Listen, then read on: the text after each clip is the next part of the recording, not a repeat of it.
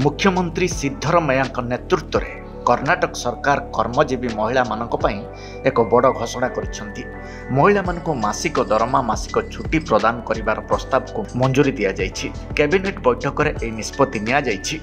मंत्री एच.के. पाटिल कहिसेंती एही छुट्टी सरकारी कार्यालय बहुराष्ट्रीय कंपनी आईटी एवं घरोई शिल्प क्षेत्र में लागू हेबो।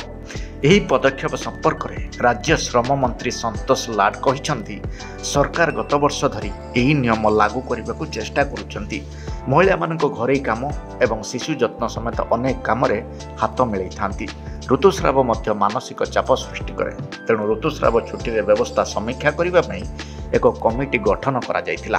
कमिटी 6 दिन छुट्टी सुपारिश करितिला, तथापि सरकार वार्षिक 12 दिन छुट्टी प्रदान करने निष्पत्ति नेइछंती। एही योजना सरकारी एवं घरोई क्षेत्र उभय प्रযোज्य हेबो।